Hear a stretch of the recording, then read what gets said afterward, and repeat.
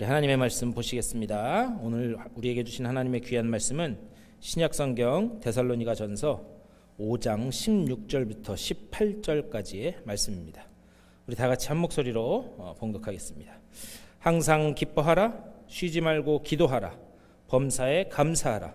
이것이 그리스도 예수 안에서 너희를 향하신 하나님의 뜻이니라. 아멘. 오늘 우리에게 주시는 하나님의 귀한 말씀입니다. 우리 설교를 시작하면서 여러분한테 질문을 하나 드렸으면 좋겠어요. 한번 대답해 보셨으면 좋겠습니다. 작년까지는 투베드 아파트에 살았는데, 그런데 올해 들어오면서 하나님이 풍요롭게 하셔가지고 방 3개짜리 집을 샀다고 한번 가정해 보셨으면 좋겠어요. 그렇다면 여러분 속에 드는 가장 첫 번째 마음이 뭘까 한번 여러분 생각해 보셨어요?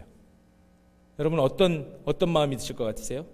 작년까지 투베드 아파트에 살았는데 올해 방 3개짜리 하우스로 이사를 하게 되었다. 아마 고민할 것도 없이 감사하는 마음이 가장 먼저 들지 않을까라는 생각을 해봅니다. 저도 아틀란타에 있을 때는 10년 동안 계속 아파트에서만 살았었는데, 이곳으로 이사 오면서 저희 집은 아니지만 어쨌든 싱글 하우스를 렌트를 했어요. 그런데 그 싱글 하우스만 살아도 저는 기분이 좋더라고요. 뒤에 마당도 있고. 아마 그런 상황에선 감사하는 마음이 가장 먼저 들지 않을까. 근데 이것은 꼭 신앙이라고 하는 것의 이름을 빌리지 않더라도 세상 다른 사람들도 다 이런 조건이면 감사하는 마음을 갖게 되어 있습니다. 그렇기 때문에 우리는 신앙인으로서 감사의 본질, 이것에 대해서 이런 세속적인 차원을 넘어서서 하나님이 우리에게 원하시는 감사가 뭔가, 그것을 한번 생각해 봐야 합니다. 제가 이 말씀을 드리는 이유는 11월은 특별히 추수감사주일이 있는 그런 달입니다. 지난 한 해를 되돌아보면서, 더 나아가서 우리의 지난 삶을 되돌아보면서 나의 이 삶에 있어서 일어나는 감사가 어떤 감사가 돼야 되는가, 그것을 한번 11월 한 달 동안 시리즈로 한번 쭉 계속해서 봤으면 좋겠습니다. 근데 제가 목회를 하면서 보니까 기독교인들의 감사의 내용 중에 이런 것들이 많이 있더라고요. 예를 들면 그런 거죠. 어떤 분이 길을 지나가다가 돌뿌리에 걸려서 넘어지셨어요. 그래서 무릎이 깨져가지고 무릎에서 피가 이렇게 철철철철 납니다. 그래가지고 제가 그 상황을 듣고 전화로 아니면 가서 신방을 딱 하면 이런 말씀하시는 분들이 많이 있어요. 목사님, 제가 그래도 넘어져서 무릎은 깨졌지만 머리 안 깨진 게 얼마나 다행이에요. 우리 기독교인들은 이런 감사를 하는 그런 경우를 많이 봅니다. 물론 이것도 감사한 일이죠. 이것도 감사한 일이지만 하나님이 데살로니가 전서를 통해서 하시고자 하는 말씀, 그 감사는 조금 다른 차원의 그런 감사다라고 말씀드릴 수 있습니다. 오늘 우리가 너무나 잘 알고 있는 말씀, 항상 기뻐하라, 쉬지 말고 기도하라, 범사에 감사하라. 이것은 모두 명령형으로 되어 있습니다. 이 말씀을 제대로 이해하려면 우선 하나님께서 데살로니가 전서를 통해서 하시는 이 말씀, 특별히 데살로니가라고 하는 그 도시의 성격을 우선 우리가 잘 알아야 이 말씀을 잘 이해할 수가 있습니다.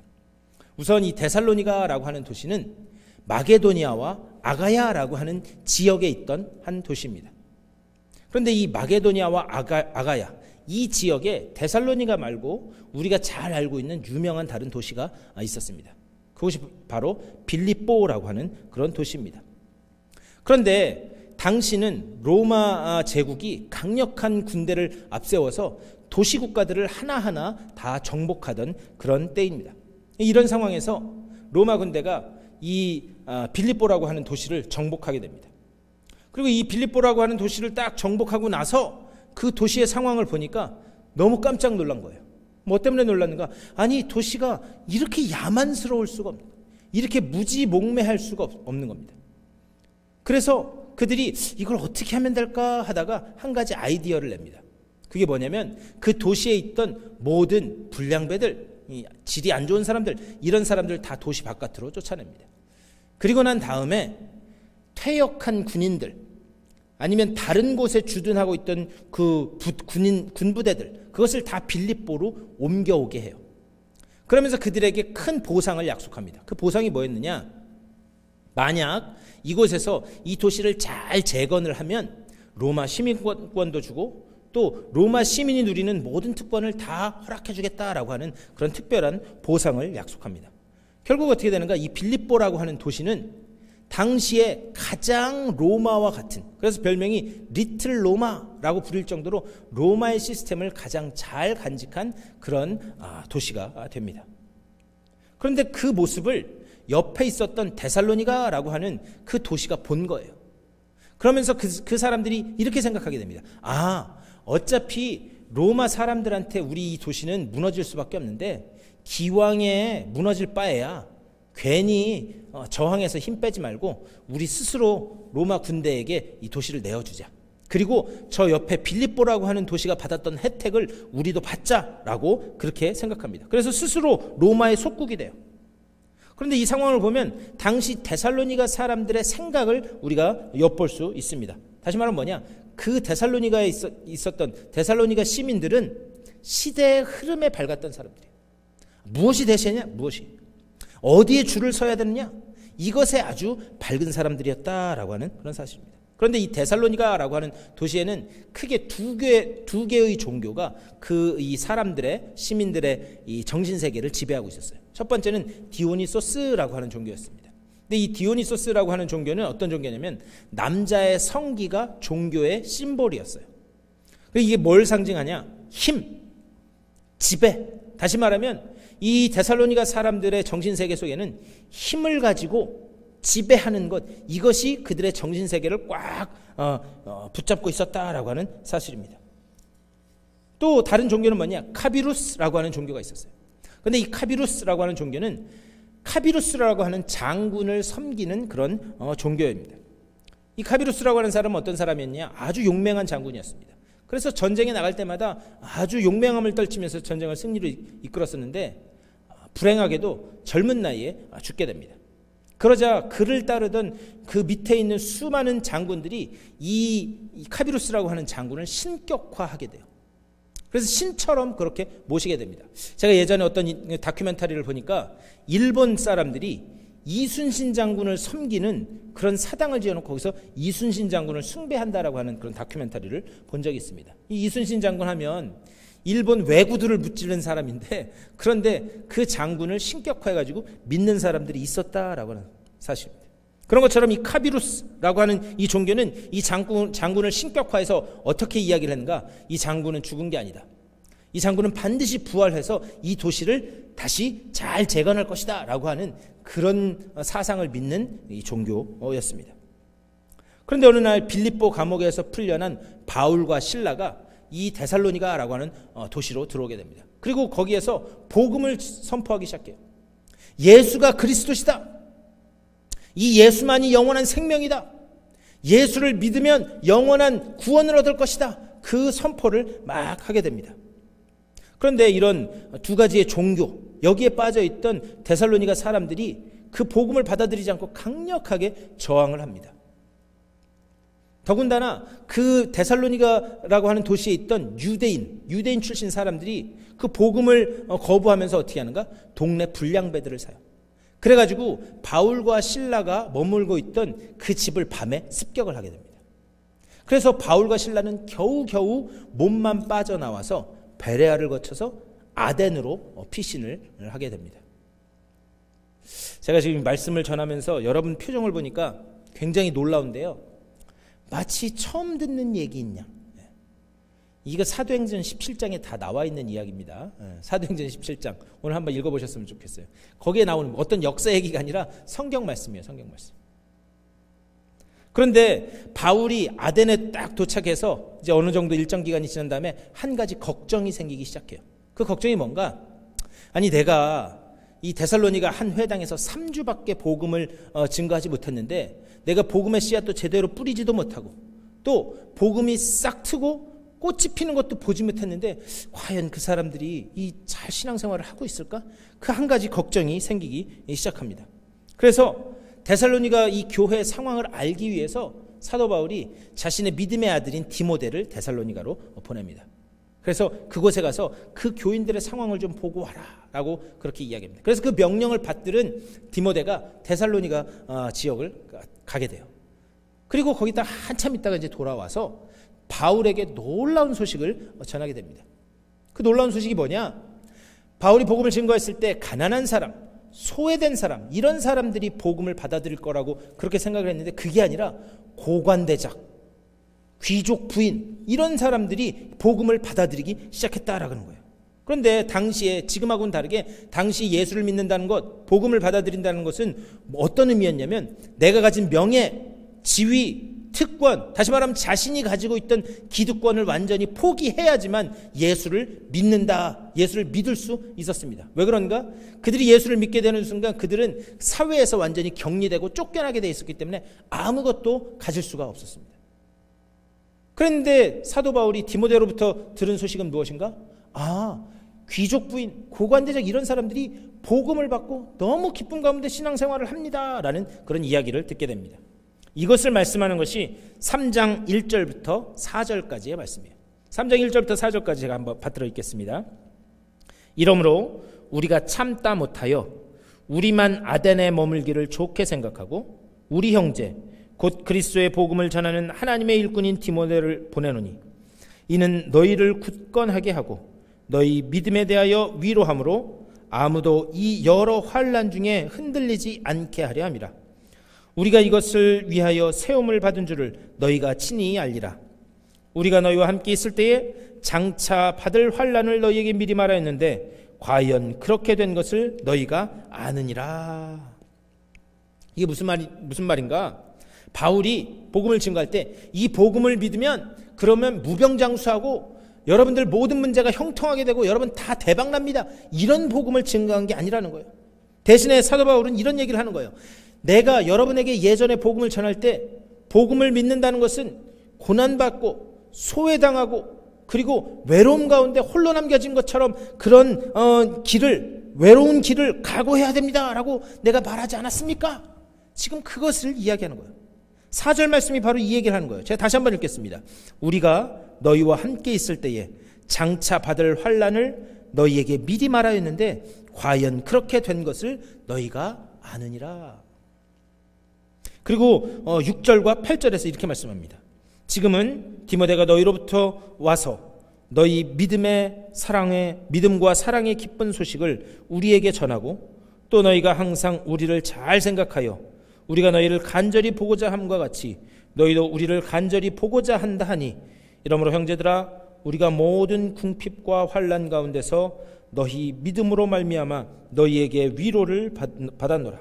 그러므로 너희가 주 안에 굳게 선즉 우리가 이제는 살리라. 고관부인들, 귀족 이런 사람들이 복음을 듣고 나서 모든 기득권을 다 박탈당하고 무섭게 달려드는 환난 앞에서도 그들이 아주 기쁨으로 잘 견디고 있었다, 이 소식을 들었다는 거예요.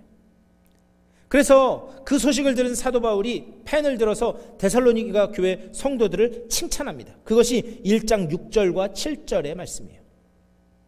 또 너희는 많은 환난 가운데서 성령의 기쁨으로 말씀을 받아 우리와 주를 본받은 자가 되었으니 그러므로 너희가 마게도냐와 아가야에 있는 모든 믿는 자의 본이 되었느니라. 특별히 여기에서 6절 말씀, 성령의 기쁨으로 말씀을 받아. 이게 무슨 말씀이냐면 그들의 감사, 데살로니가 교회 성도들의 감사는 무엇이 얻어지고 무엇이 이득이 생겨서 생기는 감사하는 그런 감사가 아니었다는 거예요. 뺏김과 고난과 환난, 그 속에서도 그들이 생각하는 것은 무엇인가? 우리가 이렇게 고난받는 것은 예수 그리스도께서 가신 그 길을 따라가는 것이구나. 그 안에서 그들이 기뻐했다라는 사실이에요. 이걸 보면 그들이 가지고 있었던 그 기쁨이 어떤 외부적인 조건이나 환경적인 거기에서 오는 것이 아니었다라는 것을 알 수 있어요. 대신에 그들의 기쁨은 뭐냐? 그들 안에 있는 어떤 기쁨이었다라는 사실입니다. 원래 환경적인 기쁨이라고 하는 것은 무엇이 내가 가지고 있던 것을 잃어버리면, 내가 가지고 있던 것이 사라지면 같이 사라지는 기쁨입니다. 조건에 따라 있고 없고가 결정되는 그 기쁨이 환경적인 기쁨이에요. 하지만 데살로니가 교회 성도들의 기쁨은 무엇이었는가? 자신들의 그 기쁨이 내가 갖고자 하는 기쁨이 아니라 성령께서 복음을 받을 때에 주신 기쁨이었다라고 하는 사실이에요. 내가 지금 조금 힘들고 어렵지만 기뻐해야지, 어떻게든 이겨봐야지, 이런 인위적인 기쁨이 아니었다라고 하는 사실입니다. 로마서 14장 17절에서 이렇게 말씀해요. 하나님의 나라는 먹는 것과 마시는 것이 아니요 오직 성령 안에 있는 의와 평강과 희락이라. 데살로니가 교회 성도들의 기쁨은 뭐냐? 성령 안에 있는 희락이라. 성령께서 주신 그런 기쁨이었다. 그것을 말씀하는 거예요. 이것을 보면 항상 기뻐하라라고 하는 이 하나님의 말씀, 여기 이면에는 너희들이 도저히 기뻐할 수 없는 상황들밖에 없다. 그것을 전제하고 있다라는 사실입니다. 우리도요, 올 한 해가 시작되고 벌써 이제 11월 달이 시작되었는데 한번 지난 한 해를 되돌아보셨으면 좋겠어요. 내가 정말 어디 가서 마음 편히 놓고 아주 입을 크게 벌려 껄껄껄껄 웃었던 적이 과연 몇 번이나 있었는가 한번 생각해 보셨으면 좋겠어요. 전전긍긍하고 안절부절하고 이거 될까? 이거 안 될까? 이런 것들로 가득 찬 것이 우리의 일상이었다라고 하는 사실이에요. 그런데 여기에 따라서 기뻐하고 기뻐하지 않고 우리가 그렇게 되면 우리는 우울증 환자가 될 수밖에 없습니다. 대신에 데살로니가 성도들의 기쁨은 이런 기쁨이 아니었다는 거예요. 복음을 받을 때에 성령께서 내재하게 하신 그런 기쁨이었다라는 사실입니다. 이 세상에 어떤 것도 흔들 수 없는 성령께서 주셔서 그 사람 마음속에 있어서 다른 사람은 알지 못하는, 그래서 하나님과 나와의 관계 속에서 주어지는 그런 성령의 기쁨이었다라고 하는 사실이에요. 그래서 항상 기뻐해야 될 가장 그 근본적인 기초, 우리가 기뻐할 수 있는 가장 근본적인 기초는 성령이 주시는 기쁨, 거기에 있는 줄 믿습니다. 그러면서 다음에 쉬지 말고 기도하라 말씀하는 거예요. 쉬지 말고 기도하라고 하는 것은 정말 쉬지 말고 잠도 자지 말고 먹지도 말고 기도해라, 그것을 이야기하는 게 아니에요. 이것은 쉬지 말고 기도하라고 하는 것은 두 가지의 내용을 포함하고 있는 그런 말씀입니다. 다시 말하면 우리가 하나님에 대한 신뢰, 하나님에 대한 태도가 있는데, 하나님의 백성으로 하나님에 대한 신뢰, 하나님에 대한 태도가 있는데 그것이 기도로 드러난다라고 하는 그 이야기입니다. 마태복음 26장 41절에서 이렇게 말씀해요. 시험에 들지 않게 깨어 기도하라. 마음에는 원이로되 육신이 약하도다 하시고. 여기서 육신이라고 하는 말, 육신이 약하도다 할 때 육신이라는 것은 인간의 죄된 본성을 다 총칭하는 그런 말입니다. 이 인간의 죄된 육신이 얼마나 약한지 틈만 남은 죄를 지으려 한다는 거예요. 사람이 시간 남고 돈 남으면 죄 짓는 일밖에 할 수 없다는 거예요. 여러분들 한번 주변에서 보셨으면 좋겠어요. 시간 남고 돈 남는데 죄 짓지 않고 살아가는 사람이 얼마나 많이 있는가. 그렇기 때문에 뭐냐? 쉬지 말고 기도하라라는 말씀은 어떤 틈을 주지 말아라라는 얘기예요. 사탄은 얼마나 귀신 같은지, 사탄이 귀신이지만 얼마나 귀신 같은지 바늘구멍 들어갈 만한 그런 작은 틈만 있어도 그 사이를 비집고 들어가 우리를 어떻게든 죄짓게 만들려고 하는 거예요. 그것이 우리의 본성이라는 거예요. 그렇기 때문에 쉬지 말고 기도하라라고 하는 것은 어떤 틈을 주지 말아라, 어떤 형태를 이야기하기 이전에, 쉬지 말고 기도하라라고 하는 것은 어떤 형태를 이야기하기 이전에 우리의 의식이 그분을 신뢰하고 그 신뢰가 항상 하나님을 향하고 있어야 된다라는 그것을 이야기하는 거예요. 하나님, 저 도와주셔야 돼요. 하나님, 저 놓으시면 안 돼요. 하나님이 도우셔야지만 제가 일어날 수 있어요. 이것이 쉬지 말고 기도하라라는 말씀의 본래 뜻입니다. 그러면서 범사에 감사하라 말씀해요. 여기서 말씀에서 이 범사라고 하는 말은 감사할 수 없는 상황이 우리들 가운데 부지기수다, 그것을 이야기하는 거예요. 삶의 환경 자체가 기뻐하고 감사할 수 없는 그런 환경이다, 그것을 이야기하는 거예요. 근데 참 놀라운 것은 뭐냐? 여기서 감사, 범사에 감사하라고 할 때 감사라고 하는 말은 원래 헬라어로 유카리스테스, 이게 이게 나타내는 단어냐면 성찬을 나타내는 거예요. 성찬. 여러분, 성찬은 뭐죠? 성찬은 예수 그리스도의 죽음을 기초로 만들어진 것이 성찬입니다. 예수 그리스도의 죽음을 기념하는 것이 성찬이다라는 거예요. 다시 말하면 범사에 감사하라는 말씀은 기뻐할 것이 생겨서 감사하고 또 기뻐할 것이 없어도 인위적으로 끌어내서 감사하라, 그것을 이야기하는 게 아니에요. 대신 그리스도의 죽음을 생각해보라, 그것을 말씀하는 겁니다. 그리스도의 죽음을 생각해보라. 그래서 로마서 8장 32절에서 이렇게 말씀합니다. 자기 아들을 아끼지 아니하시고 우리 모든 사람을 위하여 내주신 이가 어찌 그 아들과 함께 모든 것을 우리에게 주시지 아니하겠느냐. 여러분 이 말씀을 한번 잘 생각해 보셨으면 좋겠어요. 이것은 깊게 생각해 보지도 않고 단순하게 생각해 봐도 알 수 있는 내용입니다. 아니 하나님이 우리를 위하여 독생자 아들 예수 그리스도까지 내어주셨는데, 그 생명까지 우리에게 내어주셨는데 하나님이 우리에게 더 이상 아까워할 것이 무엇이겠느냐, 그것을 이야기하는 거예요. 하나님이 그 생명까지 내어주셨음에도 불구하고 항상 선한 것으로 우리에게 채우시려고 하는 그 하나님이 우리와 함께 하시고 우리를 붙들고 계시는데, 그런데 더 이상 뭐가 문제겠느냐. 그래서 오늘 본문 말씀 데살로니가전서 5장 18절 뒷부분에 이렇게 얘기해요. 이것이 그리스도 예수 안에서 너희를 향하신 하나님의 뜻이다. 근데 여기서 하나님의 뜻이라고 할 때 그 뜻, 텔레마라고 하는 것은 뭐냐? 하나님의 의지라는 거예요. 하나님의 의지. 하나님의 선한 능력이 사랑하는 우리를 향해서 계속 향하고 있다라고 하는 사실. 하나님의 의지가 그렇다면, 하나님의 선한 능력으로 계속해서 우리를 붙들고 계신 것이 하나님의 의지라면, 그러면 게임 끝난 거 아니겠어요? 그것이 하나님의 선한 의지라면 그러면 다 끝난 거죠. 시편 139편 1절부터 5절에서 이렇게 말씀합니다. 여호와여, 주께서 나를 살펴보셨으므로 나를 아시나이다. 주께서 내가 앉고 일어섬을 아시고 멀리서도 나의 생각을 밝히 아시오며 나의 모든 길과 내가 눕는 것을 살펴보셨으므로 나의 모든 행위를 익히 아시오니 여호와여, 내 혀의 말을 알지 못하시는 것이 하나도 없으시니이다. 주께서 나의 앞뒤를 둘러싸시고 내게 안수하셨나이다. 여기 시편 139편 말씀 보면 하나님이 아신다 계속 말씀하고 있어요. 우리의 상황을 너무 잘 아신다는 거예요. 우리가 항상 기뻐할 수 없는 상황에 있다는 걸 너무 잘 아신다는 거예요. 우리가 쉬지 않고 기도할 수 없는 상황에 놓여 있는 그런 존재라는 걸 너무나도 잘 아신다는 거예요. 우리의 주변 환경이 범사에 감사할 수 없는 그런 환경에 놓여졌다는 것을 하나님이 이미 다 알고 계신다라고 하는 사실이에요. 그럼에도 불구하고 우리가 기뻐하고 감사할 수 있는 근거는 어디 있는가? 하나님이 우리에게 말씀하십니다. 내 의지를 믿어라. 너희를 사랑하는 너희를 향한 선한 내 의지를 믿어라. 내 약속을 믿어라. 내 약속을 붙들라. 오늘 우리에게 말씀하고 계시는 줄 믿습니다. 저물어가고 있는 이 한 해, 특별히 추수감사절이 있는 이 달에 하나님의 우리에게 주신 이 약속의 말씀, 이 언약의 말씀을 붙들고 상황에 따라 감사하고 감사하지 않고 기뻐하고 기뻐하지 않는 그런 것이 아니라 성령께서 우리에게 주신 기쁨과 감사를 회복함으로 인하여 하나님의 은혜만 있으면 충분합니다. 이 고백이 여러분의 삶 가운데 온전히 고백되어지는 복된 한 달, 복된 감사의 계절 되실 수 있게 되기를 주님의 이름으로 간절히 축원합니다. 기도하시겠습니다.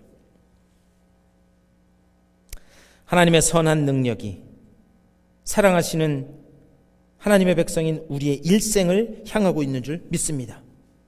하나님이 이 의지를 우리를 향해 가지고 계시기 때문에 우리가 기뻐할 수 없는 상황임에도, 우리가 쉬지 않고 기도할 수 없는 상황임에도, 우리가 범사에 감사할 수 없는 상황임에도 우리가 기뻐할 수 있는 그 근거가 우리에게 주어진 줄 믿습니다. 세상 다른 곳에 눈 돌리지 않고 성령께서 주시는 기쁨과 감사를 회복하여 또 새롭게 맞이하는 한 달, 또 우리에게 새롭게 허락될 내년을 살아갈 때에 주님의 은혜를 구하고 그 은혜만을 사모하고 주님의 언약의 말씀만을 붙들고 나아가는 주님의 복된 백성들 다 될 수 있도록 인도하여 주시옵소서. 감사하고 우리 주 예수 그리스도의 이름으로 간절히 기도드리옵나이다. 아멘.